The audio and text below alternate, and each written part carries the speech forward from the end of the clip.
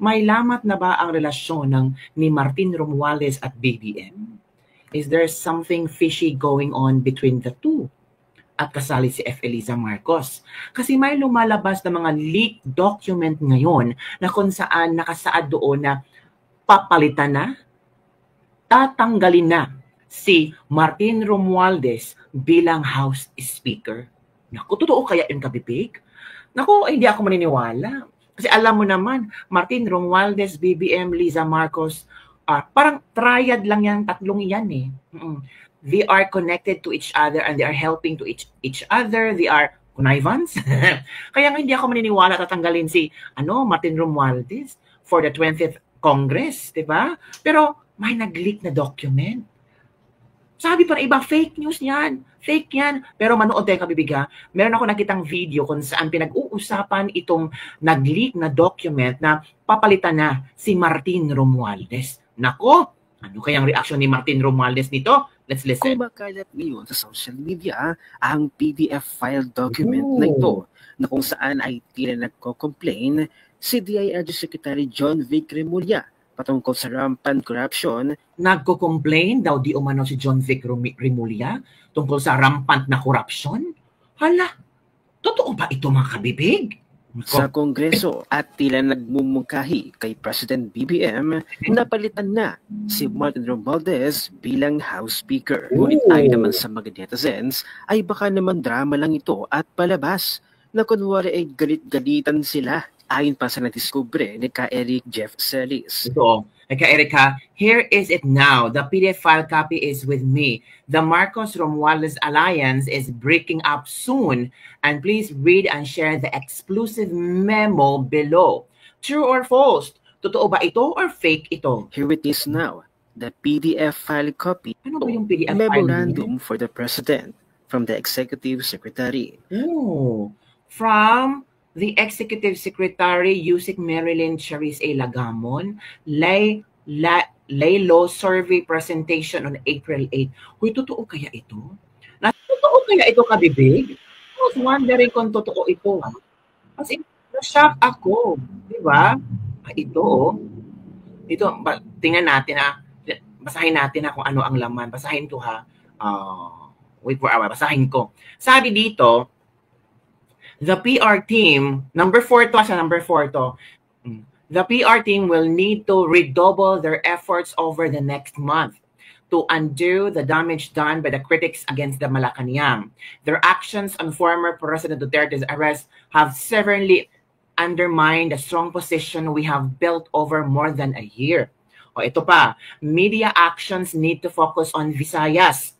The key is to carry out intensive and positive propaganda for the government on multimedia platforms. Let the people pay attention to the fact that the Bagong Pilipinas, led by the President, can benefit the country so that the people will turn to support the President and withdraw their support to the former President. Uy, totoo kaya to? Kaya sabi ng iba, kaya pala, sentro ang Bisaya sa 20 pesos na bigas. Ito pala yung plano nila. Pero I'm not sure kung totoo ba ito. Naku mga kabibig. Ano kaya ang truthfulness sa issue na ito? Naku. At ito pa kabibig, i-share ko sa inyo yung importante ba? Napaka-importanting news tungkol kay Martin Romualdez. Pero hindi pa ito sure kung totoo ba itong leaked document kasi marami ng fake news ngayon. I-check natin later kung totoo ba ito hindi.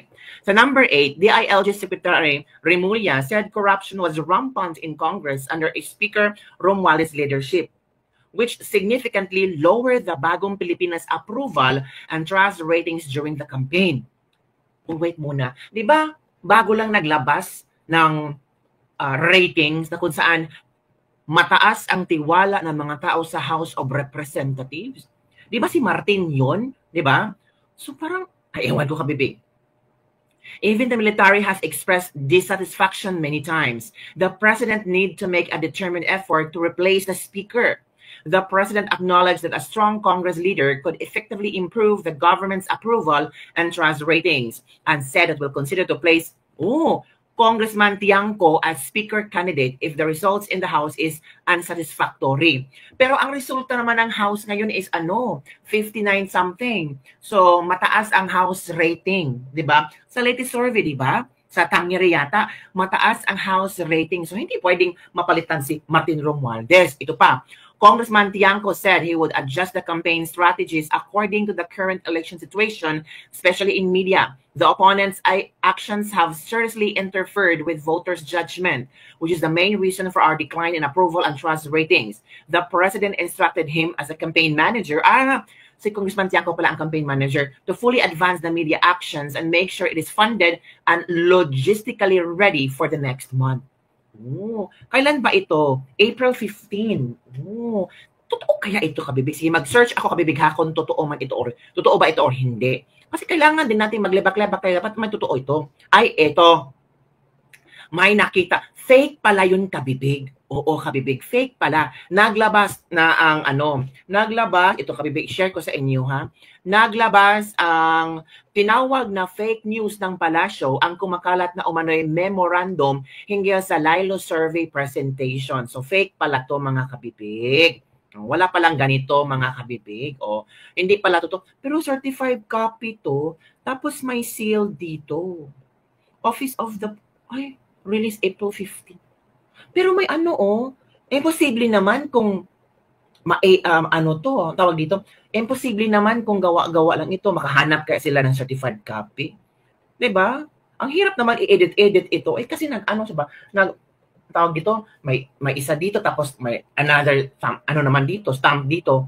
'Di ba? 'Yun ang mga tanong ng mga netizens. Fake ba talaga 'yan? Fake nga, sabi ng Malacanang. So wag kayong maniwala sa dokumentong pinalabas ngayon. It's not true. It's fake. Tapos may statement din dito, mga kabibig. Ito, basahin natin, ha. Ito. Statement from the Office of the Executive Secretary. It has come to our attention that an internal memorandum purportedly issued by undersigned as Executive Secretary and detailing a discussion of a survey presentation and hinting at a change in the leadership of the House of Representatives have been circulating on social media. The Office of the Executive Secretary categorically denies the authenticity of the said memorandum. Apparently, the spurious memorandum is a blatant attempt to spread disinformation and to sow division in the ranks of the administration candidates. It should be dismissed as the handiwork of malicious minds. Lucas P. Bersamin, Executive Secretary. So, fake news pala yung kabibig.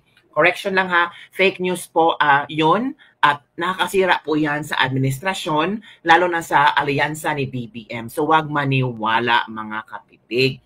Yun ang sabi ni Executive Secretary Lucas Bersamin. Ang iba naman nag-react na, sayang, peke pa. Sabi ng mga ibang netizen ba, naku, akala namin totoo, sayang, fake news pala. Akala ko naman ina-action na talaga ng executive, yung corrupt na House of Representatives. Hindi naman pala. Yun ang reaction ni Brian Sales Borromeo. Sabi ni Benjamin L. Custodio, sana totoo na ang balitang kumakalat dahil dapat na siyang palitan. Isama niyo na rin ang lahat ng party list. Gusto na nang palitan si Martin Romualdez. Tama, huwag nang sibakin si Kleng-Kleng, nakakaaliw siya. Ito pa, napakagulo ng administrasyon na ito. Ang daming mapeke, mga papeles, napaka-weak from Benjamin Vallejera.